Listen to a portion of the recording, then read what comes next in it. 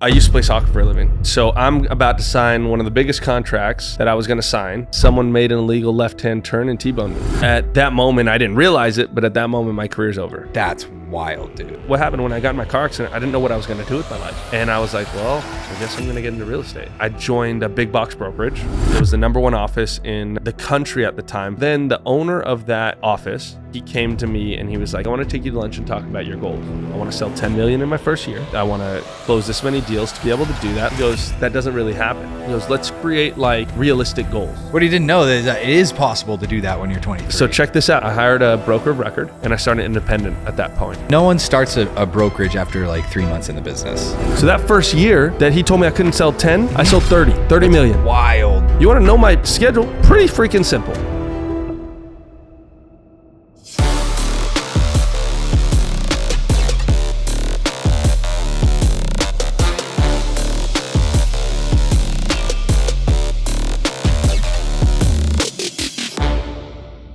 Welcome back to the Shane Holmes podcast. Today we have Cyrus with us. Cyrus has the largest independent real estate brokerage in California, and he has a large real estate portfolio. Super excited to chop it up with you, bro. Thanks for coming on the show. Bro, appreciate you, man. Thank you so much for having me, man. I like this setup, dude. Thanks, bro. I was like talking to you as I walked in. I was like, damn, this is sick. Yeah. It's a fun setup and it's easy. Like, it's at my house. So well, yeah, exactly. And it's nice. You get to use your car as a prop. Right? Yeah. Like that's sick. Now I can justify it. Now it's definitely a write-off. Exactly. Can't debate that. You don't even anymore. need the Shane Holmes on the car anymore. You just That's funny. It's all marketing. So how long ago did you actually start your brokerage? Okay. Fun story. 7 years ago. Okay. I used to play soccer for a living. Oh, you did? Okay. Yeah. I used to play Prior soccer. to oh, did you? Yeah, I was a goalie all the way through 2 years of community college. Oh, dope. Yeah. So I play goalkeeper. So that's why we get along automatically. Yeah. I've never met another goal. Like, very rare to come by. That's keeper union, bro. Yeah, dude. We're wired different. Oh, hell yeah. Yeah. Which is probably why you're a good operator. Like I always talk about like the reason why I'm so good in business and operation side of things is because like as a goalkeeper, my job was literally to figure out the problems before they happen. Yeah. Because then I didn't have to work as hard as long as I made sure everybody else was doing their job, right? Absolutely. So it's kind of our DNA. I read this study actually from is some outlet in England, and they studied goalkeepers after they played, and they literally talk about how goalkeepers literally think differently than any other player. Yeah. Because you have to. You literally have to.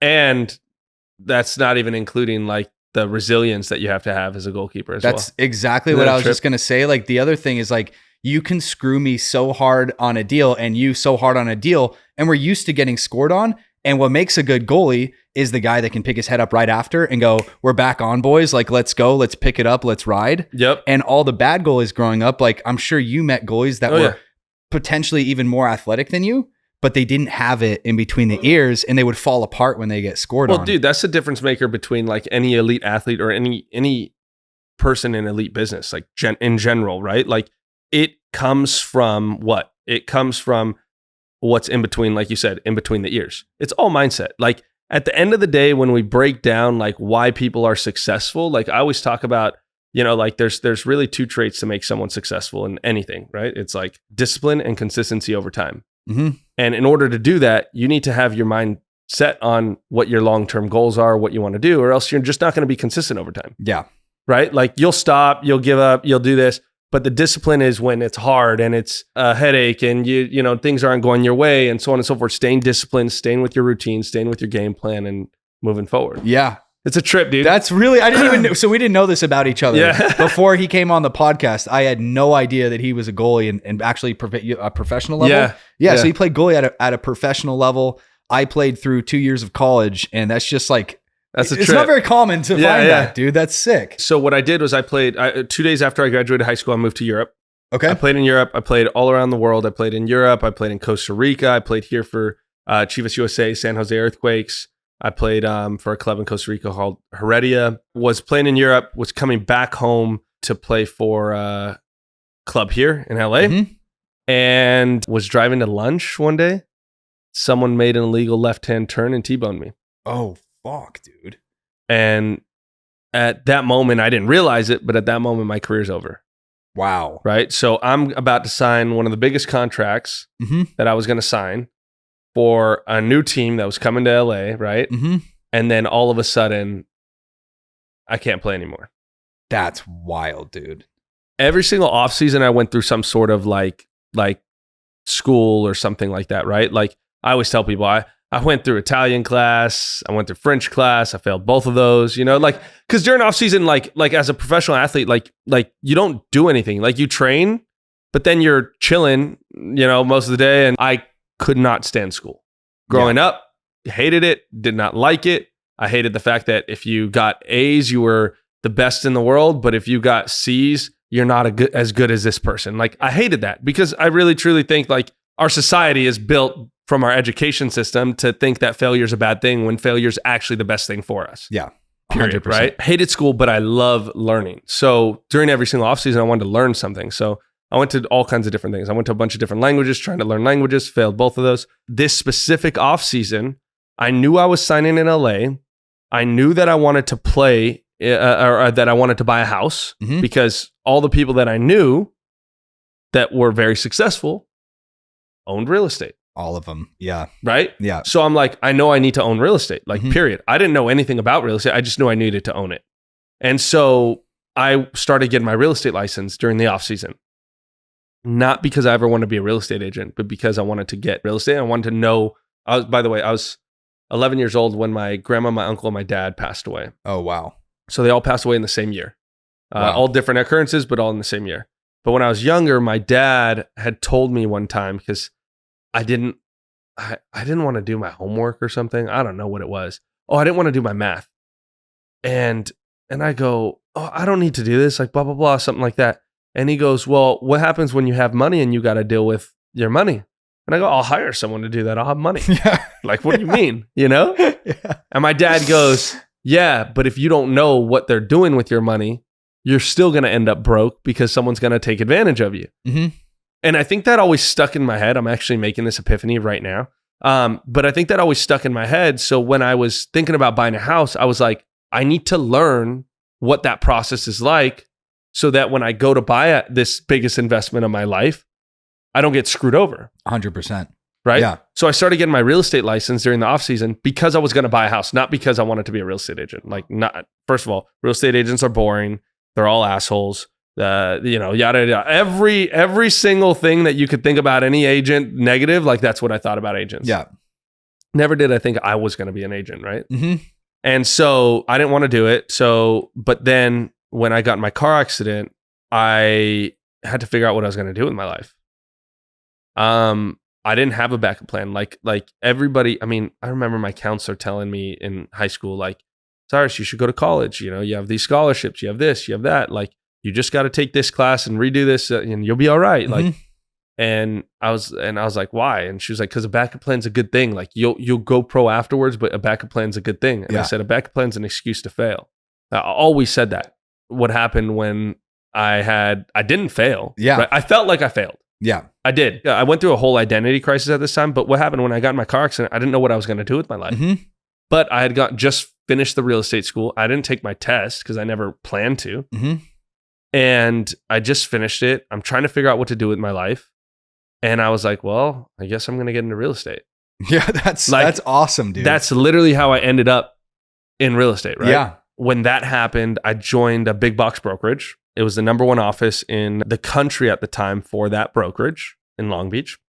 And we had, I mean, some of the people that you would know right now that own their own independents now and they're big agents now, like they were all in this office at this one time, right? Like, so I joined that brokerage because I was like, I want to be the best. So I'm going to go where the best is, right? And so then the owner of that company, of that office, he came to me and he was like, hey, Cyrus, I want to take you to lunch. It was like probably 2 weeks, 3 weeks of me getting my license or whatever. He's like, I want to take you to lunch and talk about your goals. And the reason being is because my ex knew him and she was like, hey, can you help him, right? Like, so I go to lunch with this guy and this guy goes, all right, so talk to me about your goals. And I was like, all right, cool. Like, I want to sell 10 million in my first year. I want to close this many deals to be able to do that. Like, I had it all planned out. Yeah. Like whenever I dive into something, I'll know everything and I'm all in. Like there's no me feeling the water. Like if I'm like gonna do something, I'm jumping in, I'm diving in. I don't care what it is. If I'm gonna do it, I'm diving in. I'm gonna be the best at it. So that's just period. So I go, I want to do this, and he goes, do you want me to be upfront with you and honest with you, or do you want me to, be nice to you? I go, no, tell me what's up. Like, he goes, that doesn't really happen. I said, what doesn't really happen? He goes, selling 10 million in your first year. Like that doesn't really happen. Mm-hmm. Most agents don't do that. So I want you to, let's create specific. And how old were you at this time? 22, 23. Yep. Okay. He goes, let's create like realistic goals. What he didn't know is that it is possible to do that when you're 23. So check this out. Like, dude. yeah. So check this out. So I looked at him and I go, I want to be honest with you here. I understand where you're coming from. I totally understand where you're coming from. But I got, in the next 90 days, in the next 3 months, I'm going to be leaving your brokerage. And he goes, what do you mean? And I go, well, look, if you don't believe that I'm going to get there, but you're the one that's supposed to show me how to get there, then like, why am I here? Yeah. I had no clue where I was going. I just knew, screw this guy. He's not supporting what I want to do, and I'm out. Yeah. And I knew what I wanted to do, right? So at that moment, I'm trying to figure out what the hell to do, right? Like, we finished our lunch. It was like awkward because we're just like, I just told him I'm leaving his company. He's like trying to help me, you know what I mean? And I'm like, screw you, dude. Like it wasn't that way, but it was like, dude, like you're supposed to show me how to do it. Like, how are you going to tell me not to, like, that it's not possible? Like, how are you going to put your box around me just because you're scared you couldn't do it? Like, doesn't mean I can't, right? What's crazy is that like a lot of people do that. Dude, all the freaking time. All the time. Like even me, like recently, now that I've been in the business for a decade, starting my own firm, people are, the liability, blah, blah, blah. Like, okay, we have E&O insurance and also don't be a pussy. You know what I mean? Like, no, it's like most people, that's the problem is like they put their fears around you. They're scared of whatever, right? For instance, I ride a motorcycle, right? You know how many people tell me, oh, don't do that. I'm nervous. You shouldn't ride a motorcycle, blah, blah, blah. Like that's their fears about past experiences that they dealt with. And I understand that it's not the safest thing. I understand what I'm getting myself into when I get on that bike, but I can't live by other people's fears in the same way that it comes into business. Like I can't live because you feel it's not possible doesn't mean it's not possible for me. When I look at new agents now, I look at them and I'm like, hey, you want to do that? Okay. How can we get there? This is what you're going to have to do to be able to hit that, right?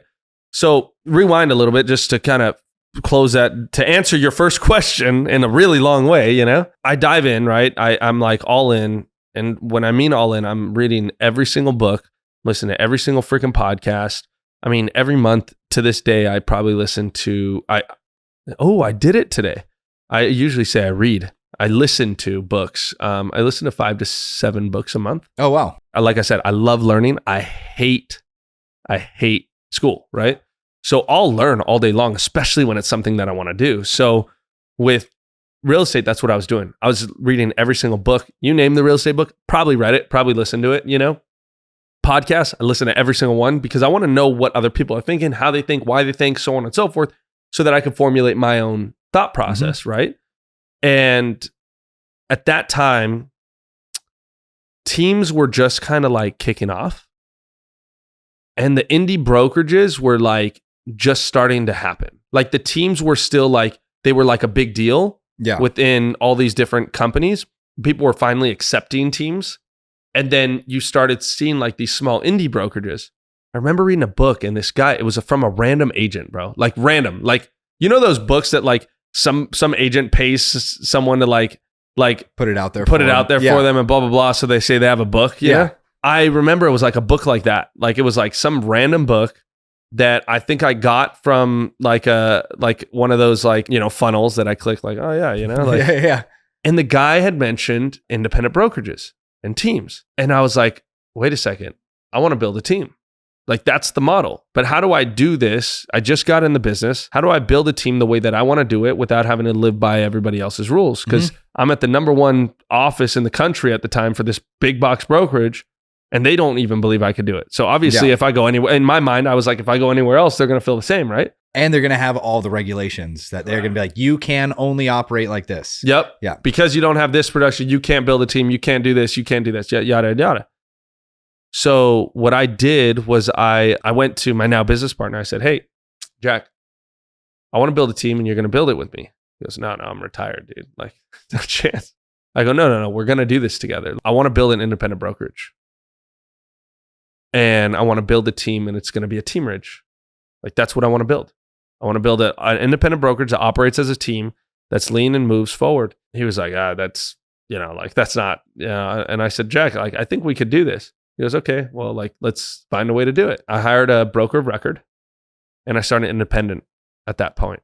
So I was 3 months in the business when I started my independent. Very different than like every other company. But again, if there was what there's available now, back then, I would have just plugged in, played into one of these other systems, right? There's a lot of these like white label brokerages, yada, yada, blah, blah, blah. All like, over the place like now. There's some that like I don't think are really good, right? And there's some that I think like, hey, this could work, right? But at the end of the day, like if that was available at the time, I probably would have done something like that, but it wasn't.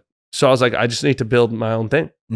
And so that's what I did. Very different story than like, being in the business than almost anybody. Like no one starts a brokerage after like 3 months in the business. Yeah, dude. I had no clue what I was doing, by the way. Like, bro, my first file, I was like, what's an RPA? Yeah. Like I just knew I need to write an offer. So I hired a TC to do it. Yeah. You know what I mean? Yeah. Like I had no clue what I was doing. Yeah. There's 3 steps to literally accomplish anything in life. It's visualizing it, mapping it out, and executing it. Right? And I know I'm really freaking good at execution. There's people that are really good at visualizing. Those are like the dreamers, right? Like, those people that like, they always have the good idea, but never do anything with it. Yeah. You know what I mean? Then you have like the people that map it out. The analyst. Yeah. Analysis leads to paralysis, right? Yes, like they're just like, they have the idea. Then they're like, oh, I just got to get it perfect. Then I'll release it. And then you have the ready, fire, aim people, right? That's where I fall into. I think that in order to have like a very successful company, an operation, you need to have all 3 of those personalities, not as an individual, but within your company. Yeah, I just know how to execute. I know how to see something and I'm like, yep, I'll do that. And then, I always tell people like, people are like, how the hell did you build all this? I'm like, I failed 12 times before you started. Like, that's it. I just learned from getting after it. Yeah. That's the problem. And that's what I try to actually just made a story about this like right before. You generally actually don't have that much to lose. When you're trying a new idea, I really encourage people to really look at the worst case scenario. And it's generally not that bad. Oh yeah. Like if my brokerage completely flopped, it wouldn't matter. I'd be out 20 grand and I'd go hang my license somewhere. It's more of the ego, I think, that gets in between people trying stuff. Bro, you talk about ego. It's like ego is the literal devil. Period. It's the killer, yeah. Like ego is the devil. Everything that's bad in this world comes from ego. Every single person in the world has ego, right? The reason that we don't want it to fail, we're scared to fail, we're scared to fail in front of other people is because our ego. It's the only reason too. It really is. Yeah. Like when you really break it down, like you're not dying. Yeah. You know what I mean? Like it's just money. Yeah. It's and pride. And pride. Yeah. Like let's take money out of the factor because like it didn't cost me a lot to start my company. No. Like it doesn't. It didn't really cost me that much money to start this. You know what I mean? Yeah. Like it doesn't. Like, you might build it over time and blah, blah, but it's the ego part, right? So when you look at that and it's like, okay, so everyone's like, okay, well, if ego's the devil and everybody has it, like what the hell do we do? It's like, you have to kill it on a daily basis. Fastest way to kill ego is gratitude, right? On a daily basis. So like when we look at what we have and how we operate and like, hey, I'm grateful that I hit this road bump because it made me think about this. I'll give you a perfect example. This lady, I took this listing, bro. She was my sister's, like, I guess my sister's ex-best friend, like, sisters. And things, like, yeah, is her ex-best friend. So I helped her buy her place. I've helped them over the years, yada, yada, and always been really good with them. And she calls me and she's like, hey, we want to move to Tennessee. Like, can you set us up with somebody out there and can you get our house sold? I'm like, hell yeah. Easy, like, yeah. Easy, done. So I go over to their house literally that day. I sit down with her. I probably spend like an hour with her hanging out, catching up, talking to the kids, yada, yada. And then I'm like, and you have kids. Their walls were white at one point, right? Now they're gray, right? You know what I mean? Like, yep. I'm like, okay, so like there's a couple things that like I'll tell you need to do. I'm like, one, I think we need to get rid of a lot of your personal stuff and partially stage this thing. I had a really good relationship with these people, right? So like, I'm like as straightforward as possible. And then I'm like, and we need to paint the house. Like, it needs to be painted. You can't walk people in with handprints on the ceiling and the wall. I don't even know how your kids you know what I mean? Like, yeah. But like, we need to do this. She's like, all right, sounds good. She's like, but Cyrus, like, we don't have the money, so we're going to do it ourselves. I said, whatever you got to do, like, you know, you let me know. I think like a week goes by. She calls me and she goes, Cyrus, I'm stressing out because we don't have the time to do it, but we need to get it sold by this date because we're going to Tennessee to look at properties, yada, yada, yada. We want to get it on the market so that when we go out there, we can actually write offers. She's like, how much do you think it's going to cost to have someone? I said, why don't we get quotes? So we get the quotes. I give her the quotes. She goes, no, we can't pay for that. And she goes, is there any way you can pay for it and then we can pay you back? I'm like, yeah, for sure. Right. Yeah, like, no biggie. Like no if big you deal. Really can't afford it. Your family friend, like I'll help you out. Exactly. Yeah. Right. Typically, what would I do? Every other file, I'm writing that in the freaking paperwork. I'm putting it down, right? I'm writing it all down, right? Well, I put about 10 grand into this house. And then the day we go to shoot photos, she calls me and cancels photos. And then the next day I get a text saying, we're not going to sell our house anymore. We're not going to move. And I say, okay, I just need my money back. You know, like, I'm cool. Like, it's 10 G's, you know, it's not like, thank goodness, like that's not hurting me on a daily basis, you know, but like it's 10 G's. I could do, it's a tenner. Yeah. Like I could go and do something else with that, you know? Yeah. I'm like, hey, this is what I need. She refuses to pay me. She's like, show me in writing. She literally texts me, show me in writing where I said I would pay for it. Oh my God. I'm like, yeah, there's people like that out there. Yeah. I'm like, wow, like we literally talked about the Bible when we're sitting down. We talked about like, what do you mean? Like in my mind, I'm like, what? And I felt more violated than anything, right? Because it's like a family friend, right? Yeah. And I was trying to do something out of the goodness of my heart. Long story short, that's a really bad situation to a lot of people. I sat there and I'm like, okay, at the end of that day, I'm like, all right, this happened. And I had to look at what am I grateful for in that situation? I'm grateful that happened on this transaction when I have the money and I can do this and I'm losing that money is not that much to me, blah, blah, blah. And at the end of the day, I'm grateful because now I don't care who it is. I learned that I will always put it in writing. And I'm like, I preach that, bro. Yeah. But it's that one person, right? You're a lot like me. Like I generally have to learn something the hard way. Like for the most part, like I had a house that I bought in Westlake. I had it interest rate locked 3%, paid 1.2 for it. Like it was a really good deal. Few things transpired. My lender fucked up and I ended up having to sell the property. I was in it for probably 1.4. Now it's worth probably 2.2. I sold it for 1.5 or something. It still made like 80 grand on it. It was nothing. And I didn't really want to sell it, but I kind of just did it. I was like, this is like easy. I'm just going to do it instead of pushing for it and keeping it. Yeah. And I lost like $1 million on that deal. And just because I sold it. Yeah.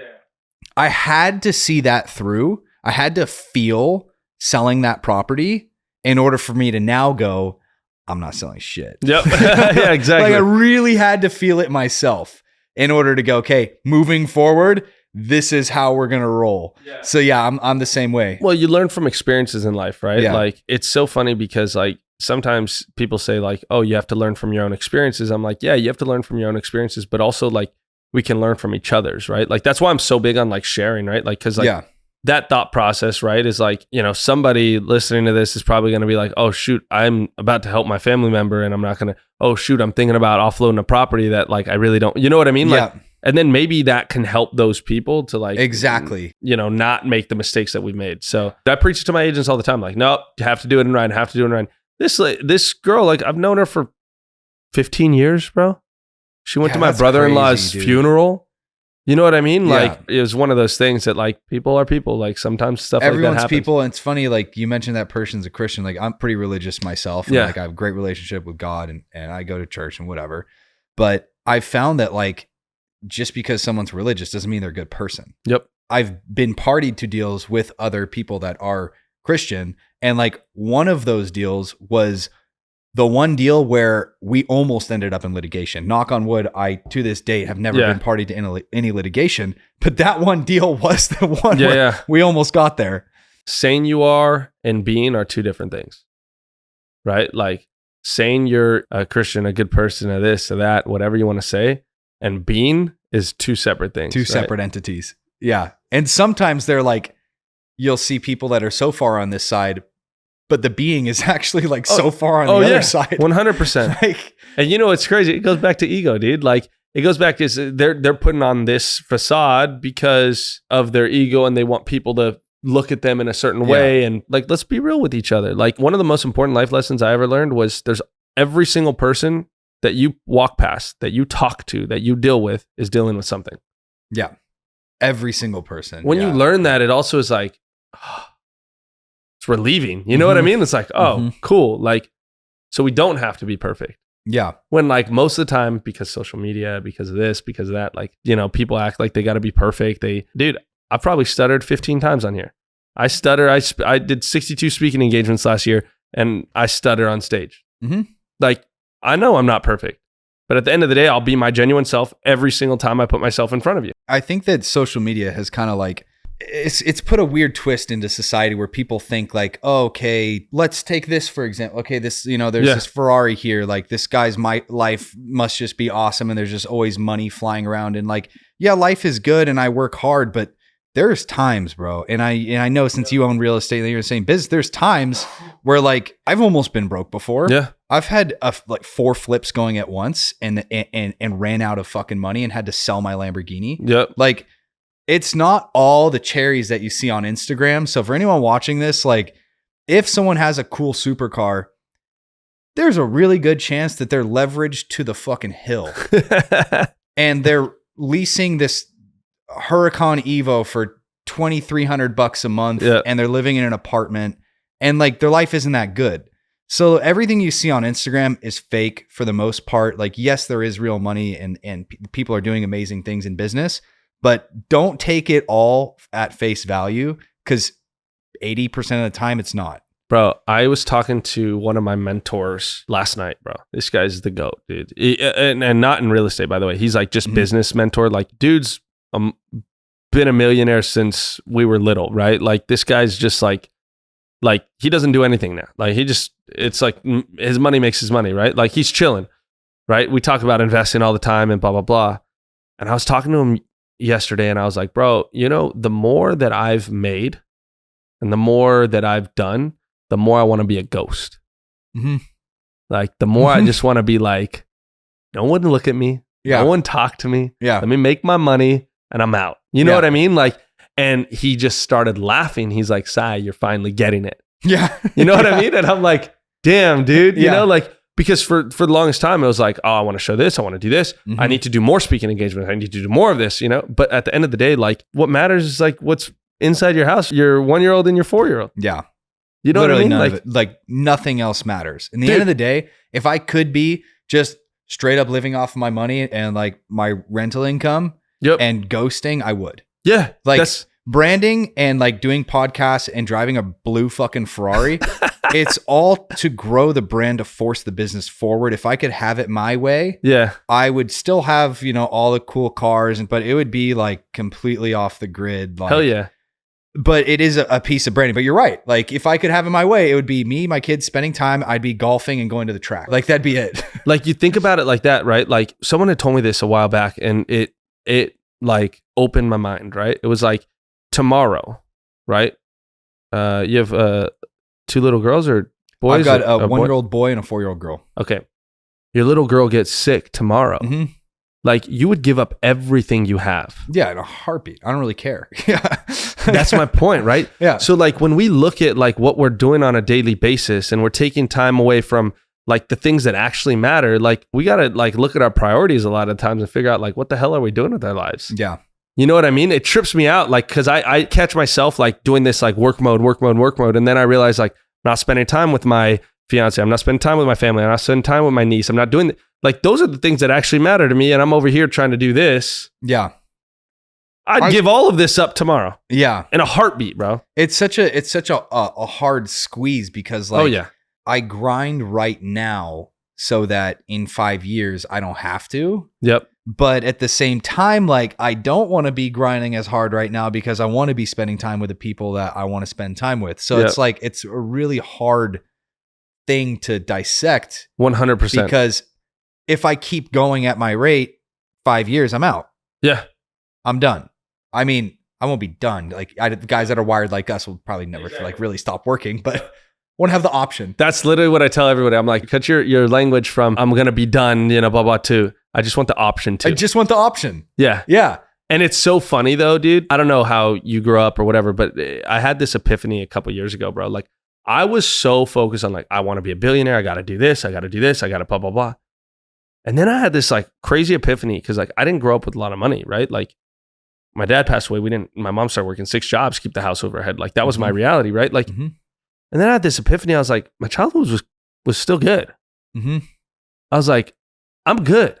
MZ, the guy I'm talking about, was from Africa, bro. Like grew up in a hut, like moved here, was sweeping floors in Ganal lumber to get money under the table. Yeah. And now is this guy that literally chills, doesn't have to do anything because he's got so much money. He worked hard to get it, yada, yada. I thought about this and I'm like, I don't need to be a billionaire. Relieving that stressor was insane mentally, right? Like I'm the same way. I'm like, dude, I want to be 5 years. I want to be out of here. I want to do this. I want to retire, yada, yada. Like all we're doing now, in my opinion, as this growth happens, you could, I don't know your financials, but let's talk like you could potentially be done right now. You just won't have XYZ in the future, whatever else your game plan is that you want to add on top of what you have. If I wanted to go back to like the house that I was living in before, that I have renters in right now, and I rented this out and I sold all my cars and I wanted to just chill and have like a mediocre lifestyle, I could. But it wouldn't even be a bad lifestyle. It wouldn't be fine. You know what I mean? It'd be okay. Isn't that crazy though? Like when you think about that? That's actually insane to think. I haven't really like actually thought about doing that before. Yeah. But like in theory. Yeah. That's I could do that. Like life's still going to be good. Yeah. Like it's not going to be like, oh my, like, you know what I mean? And like a lot of times we get stuck in this like thought process where like we have to do this. And then it's like keeping up with the Joneses. It's like, what the hell? I got to get this car. I got to get that. Now there's one thing to do it because we get to enjoy what we have. Yeah. You know what I mean? But at the end of the day, like if you really break it down, like all this doesn't really matter. No. It's a trip, dude. It's really weird to think about when you said that, like without knowing my financial background, you're like, theoretically you could. I'm like, fuck, you're right. Like theoretically, like that is real. Like I could just jump off the hamster wheel at any point in time. Granted, I wouldn't have that kind of lifestyle that ideally I want, but that's sort of what I think both of us are working towards. And maybe you're already there, but like in an ideal world, I want to kind of be in that next house that has a few more bedrooms. Once I get there, I'm probably chill.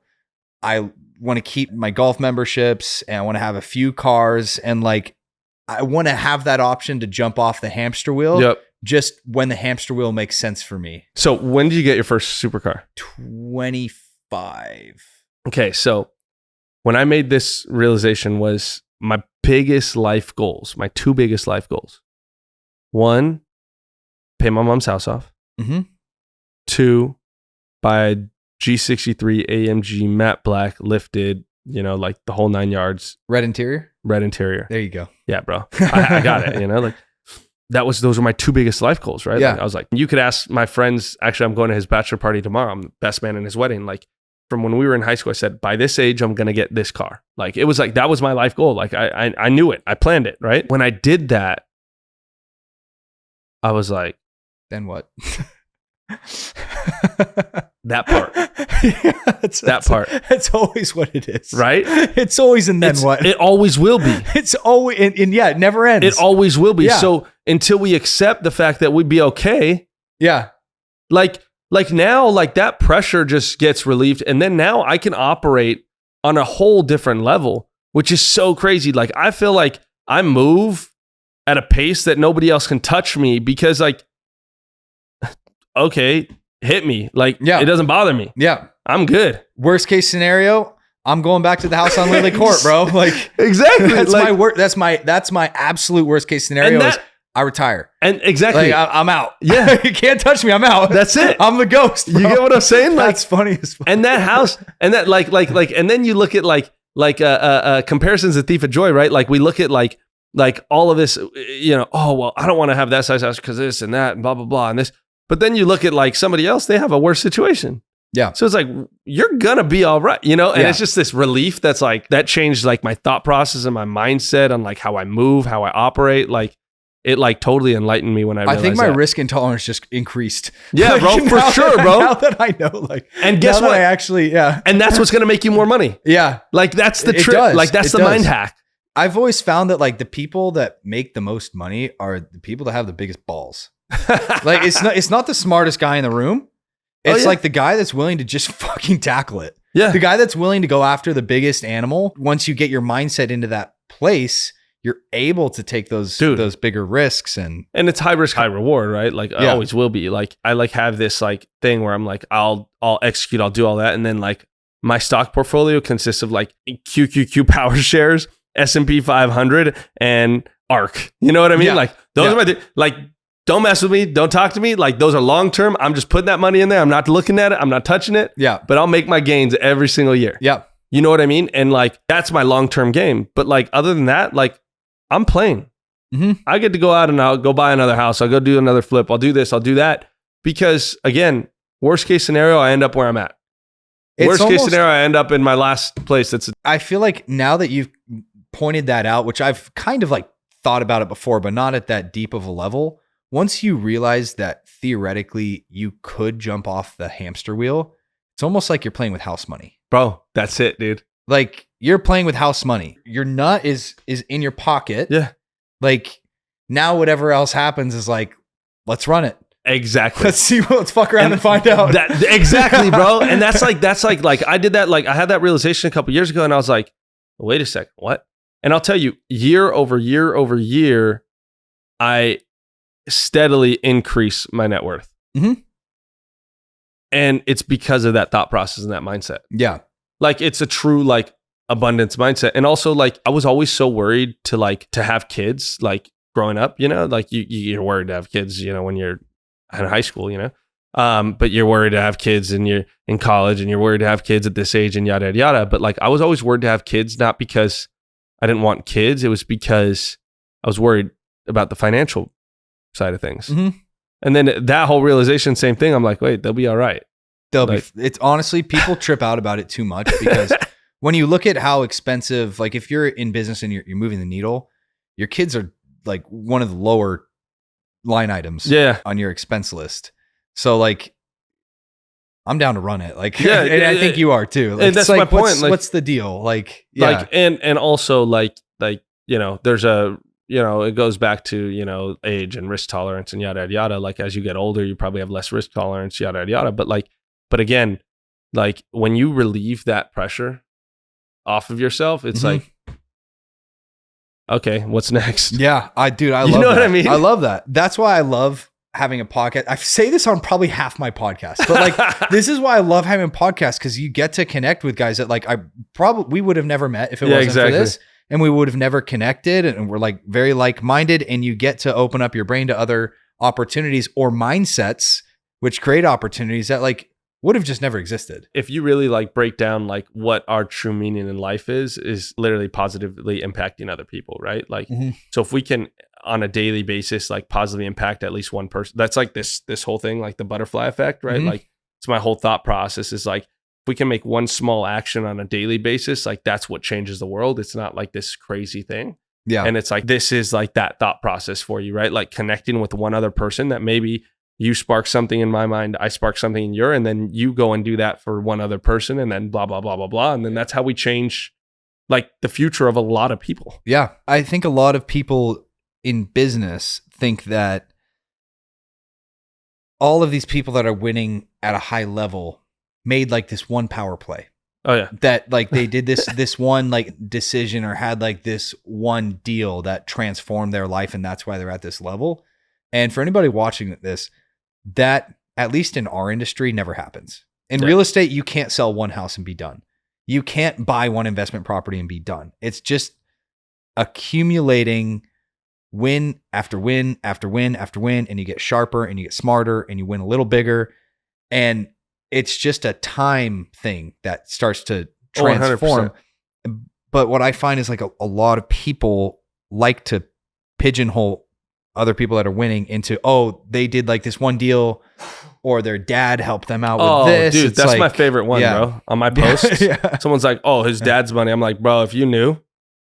That's dark. Like, bro, that's like that's definitely not it. Yeah. Like, you could have said something else. You know, like, that's definitely not it. Yeah. You know what I mean? Like, that mindset of that person that says those things, they're hurting. Yeah. Is they're dealing with something else that they're dealing with in their lives that I'm not dealing with. You know, I don't know what they're dealing with, but they're dealing with something else. They have jealousy because of whatever. They have anger issues because of whatever, yada, yada. And how they project that on us. It's not my fault. Yeah. Let them deal with what they got to deal with. Yeah. But at the end of the day, like, I was playing in Switzerland, the Swiss Open Cup, and I got called literally every single name in the book. There's an article, and I think it was LA Times or Orange County Register. It's front page Sunday News, like when I came back home, talking about like what I was dealing with, like every name that you could think of a racist name, like I probably got called it. That's when I realized, like, dude, how pissed I was at one point. Like, I just want to take that ball, turn around and just punt it at their faces. Yeah. You know what I mean? Like, screw you. Like, what are you talking about? Me talking about my family, yada, yada. And that was the moment that I realized, like, I'm on the field. You're in the stands. Yeah. Period. Yeah. You know what I mean? Like, like, and life's a lot like that. Life is business, that is life, bro. That. Yeah. That's business. Yeah. Like, yo, I'm an entrepreneur. I'm on the field. Yeah. You're going to critique me? Come get some boots Jump on, into bro. the field. Get the boots on. Yeah. Let's go. Let's play. Yeah. But until then, like, shut your mouth. Yeah. Hop in goal, pussy. Let me take a couple shots on you, bro. You know what I mean? Like, yeah. Like, you know, so many people want to talk from the stands, but at the end of the day, like, who's playing? Yeah. And until they have played the position that you played in and the game that you played in and had the past experiences that you've dealt with, and every single one, they can't think how you think. They literally cannot even comprehend how you're processing these things. So they're processing them in a whole different way, right? We learn from experiences in life. Yeah. We are the sum of our experiences, right? In our lives. So, you know, I might think a certain way about money. I might think a certain way about this. I might think a certain way about that because of what I've gone through. You might think a total different way, you know, but we're the sum of our experiences in life.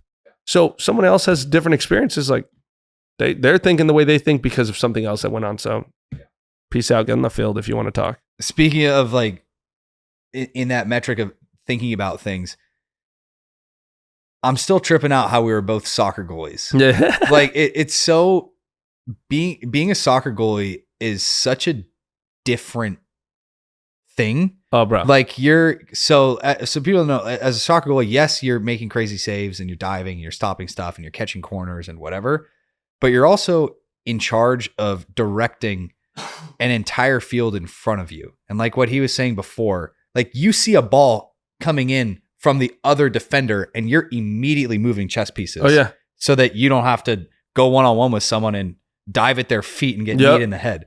Like, well, it's crazy, right? And also, like, you can never win the game, but you can always lose the game. Yeah. Right? Yeah. And then you think about it like this. It's like people are like, oh yeah, you know, they're like the quarterback, they're like the pitcher. And it's like, name another sport where like you're literally the last line of defense, and if the ball goes by you, you're screwed. Like the pitcher, the whole defense is behind him. Yeah. What do you mean? And you can strike someone out. Exactly. I can't strike someone out. Like exactly. Yeah. And then you look at like football, like American football. It's like he throws a bad pass, like, yeah, okay, it comes back, but like other than that, like you've got your whole defense right there. Yeah. You know what I mean?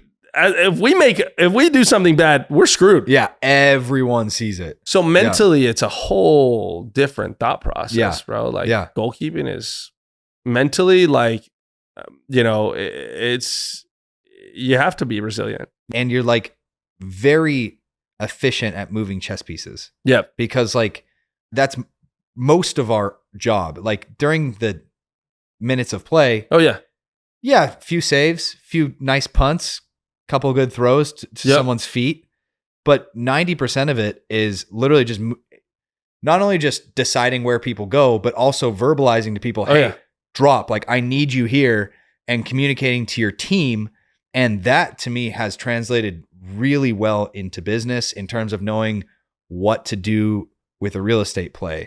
And how to communicate with this person to get them to do what I need them to do to make this play happen. And it's your organizational skills. Like that's exactly like to be able to move those pieces, shift the left back in because the ball's on the right side, and make sure that they're in their position so that if it shifts back, because like I always told people, like good goalkeepers make great saves. Great goalkeepers talk so they don't have to do anything. You know what I mean? Yeah, it just reduces like great goalkeepers, like great goalkeepers have to make one phenomenal save, two phenomenal saves, but they talk so that they don't have that. They communicate the whole game. They organize. Yeah. They're moving the pieces. They're figuring out, okay, hey, if that happens and we're calculating that whole thought process. If you take that into your business, right? Like, which you've done, obviously, I've done, right? You take that thought process in your business as you look at, okay, how can I find the holes? We tear the idea apart. We tear the thought process apart so that we make sure that we fill those gaps with the defenders. We're less likely to get scored on. Yeah. So we have a higher likelihood of success. But if we do fail, we review it. We look at it. What's that? What's the saying from Ted Lasso? Goldfish mind. Yep. Right? Where it's what? Next. Like next. Yeah. Right? Like you move on and you say, okay, I'm not going to do that mistake. I'll make sure that the defender tucks in next time. Yep. Yeah.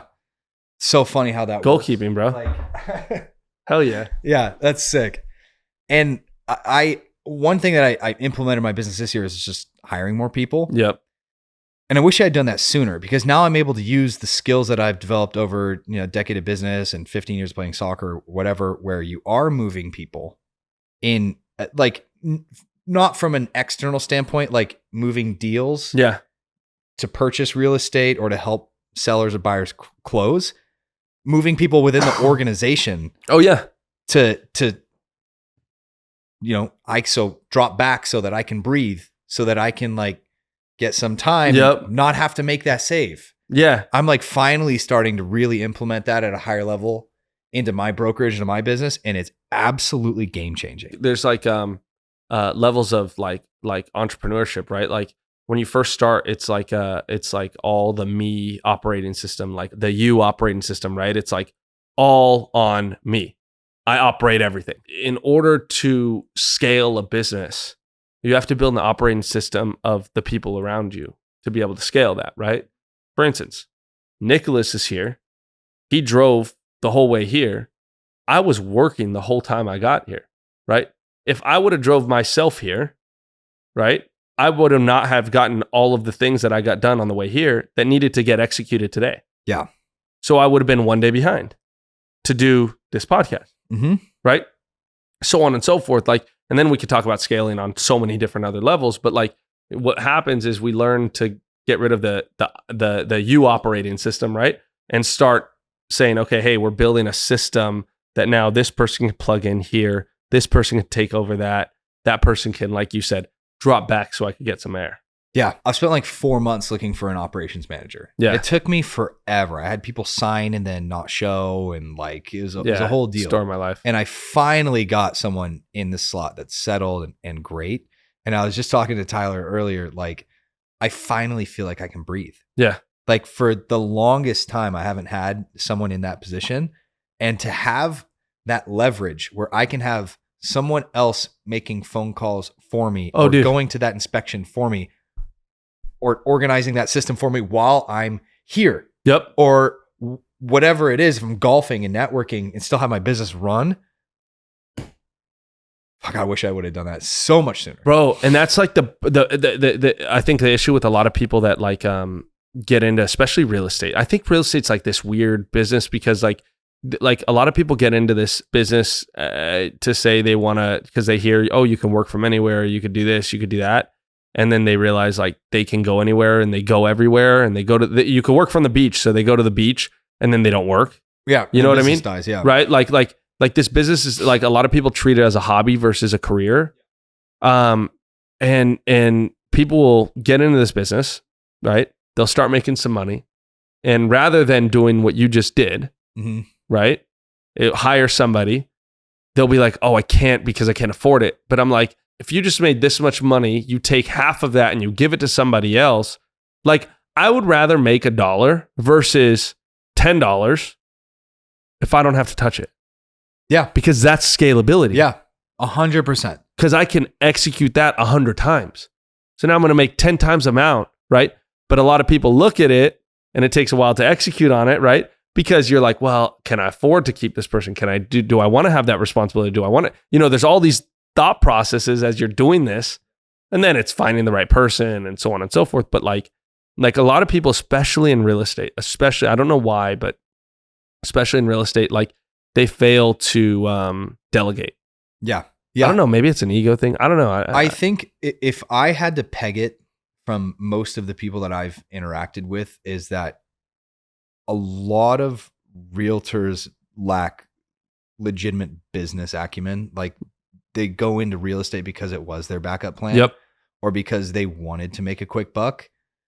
And I went into real estate when I was 20. So like I just saw that there was money and I did it. And like I luckily had been in business before that and sold stuff and had a company and like did stuff prior from a super young age. So that translated well. But a lot of people that do it, they don't treat it like a business. Like you said, it's almost like a hobby where they want that freedom. And what people don't understand about real estate is that it is the least free business. Oh yeah. You are on call 24/7. If you want to be successful and you want freedom, do not get into real estate. I'm in Texas. I'm on the phone. Yeah. I'm driving. I'm on the phone. I'm at dinner with my family. I'm on the phone. Yep. So like people get into it thinking it's this like quick buck, which it was in like 21. And then when shit really hits the fan and our deal volume gets cut in half, you have to A, be a dog, and B, have zero freedom. Yeah. Unless you're delegating at a super high level, like you said, and that's why I think people aren't scaling. Yeah, and you I think you said it too, is like people don't understand like how businesses operate. If you look at the statistics of a business, what everybody always talks about this, right? Like, when is a business profitable? On year what? They typically say year 5. Mm-hmm. So now, here's the crazy statistic, right? What is it? 80-something% of agents fall out in their first year. Yep. Let's just look at stats. Like year 5 is when we become profitable as a business. You're going to come into this real estate game to build a business. You got to be in it for 5 years. Yeah. Like you got to buy in. Like you got to understand, like you're building a business and a career, right? If you build a business and career, your class that you walk into this business or this career with, 80-something% of them are going to be out of this business next year. The next year, 80-something% are going to be out of that business. And then 40% are going to drop out from here and yada, yada, yada, yada. So this business is a business of longevity. Like, and that's every freaking business. If you understand business, that's investing. If you understood, like you put 10,000 in S&P 500 30 years ago, you're going to be pretty good right now. Yeah. Right? This is long-term, but most people, I don't know, because of society and how we are today, right? Like everything is instant gratification. Everyone wants a quick buck. Yeah. Right? They don't realize that this is time. They don't. And then when you finally hit it, right? Then people see you driving your Ferrari and people are like, oh, dad's money, oh, this, oh, that, right? Because in their minds, they can't comprehend that you put in work over years and years and years of time. Yeah. They can't comprehend that you failed a bunch because they gave up when they failed. People trip out when I tell them like the first 7 years of my career, I door knocked 5 days a week and I sat 2 open houses. Hell yeah. And like, yes, there were like occasions when I would take off if I had a really good year. Once I got older, like I'd go to Australia for 3 weeks or something like that.